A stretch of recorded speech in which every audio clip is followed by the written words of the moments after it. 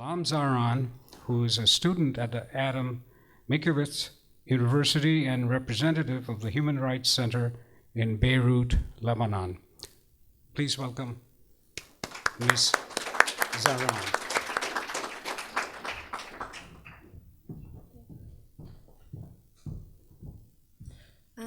Good morning. I'm Salam Zahran. I come from Lebanon, and I'm studying international law and international relations at Mickiewicz University, and also I'm a representative and core assistant in the Human Rights Center Beirut branch.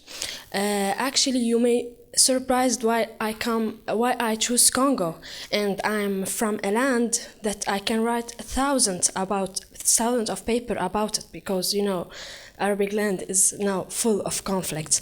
But actually I choose Congo because I wanted to show that human rights is not just related to regional issue. It's also a global issue and global concern. And I try to move to a zone where media and the international community is not looking for and is not reaching there. Also, I wanted from this paper to show that human rights not also sometimes related to politics, but also connected to economics, and that's why we can see now that Congo became victims of geopolitics. And we can realize now, after my presentation, that sometimes when a country is rich with natural resource, it can be deprived from the right also. So let me start with my presentation, please. Okay, for those who may not know Congo, where is it? Congo, luckily, it's in the center of Africa, and okay.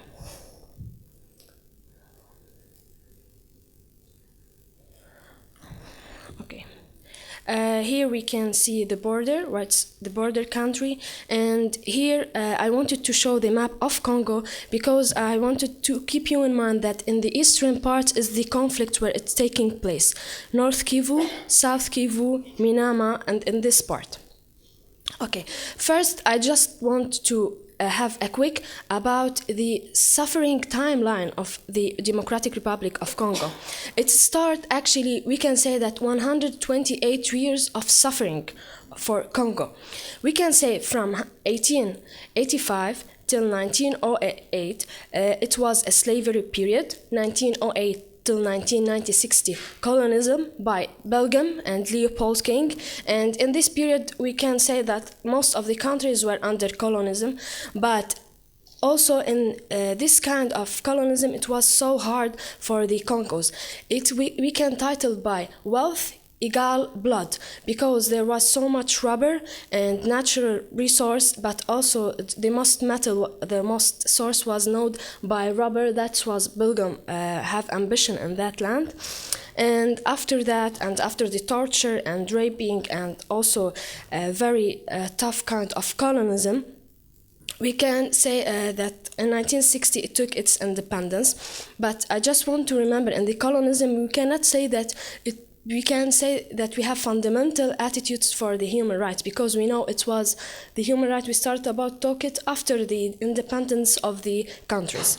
In 1996, it took the independence, and Patrick Lumumba, the leader of the independence, take the government, and unfortunately in 1961 was his assassination. So we can see, like, from 1885 till 1961, only 1 year they can rise up by that country.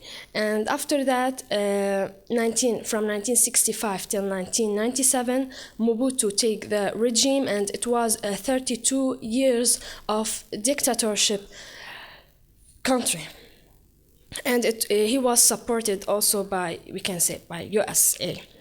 After that, after Mobutu take off the government, Kabila came, and unfortunately Kabila found himself in a civil and interstate war and invasion from the surrounding countries, from Rwanda and Uganda. What's happened when Kabila took the regime? 6 million victims was killed.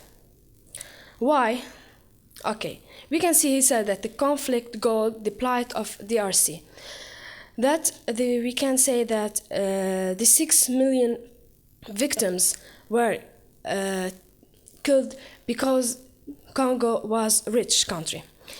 And richest, we can see here that it had gold, diamond, copper, iron, and uranium. And the most 57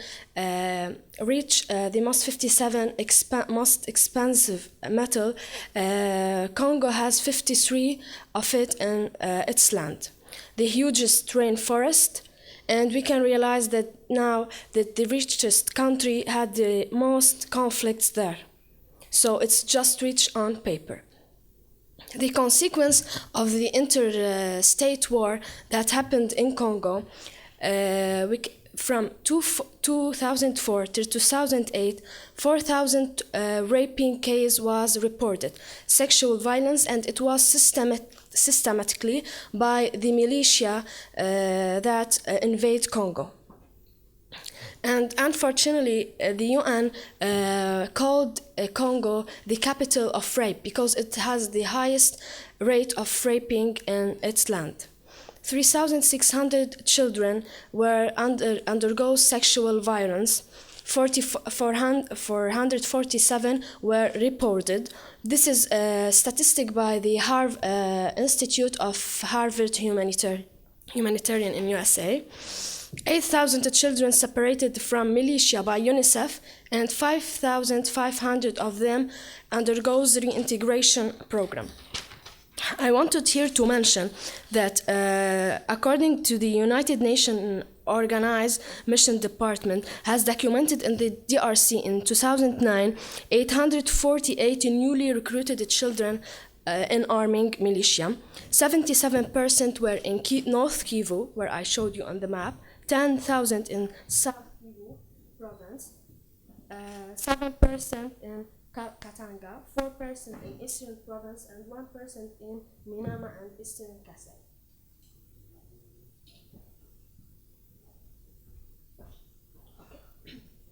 And I want here to mention that according to the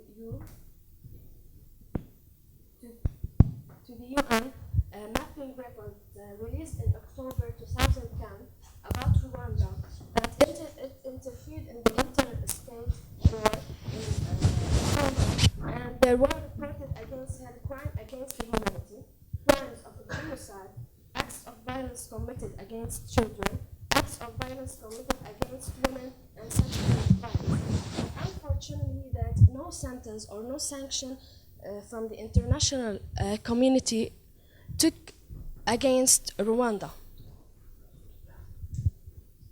Okay.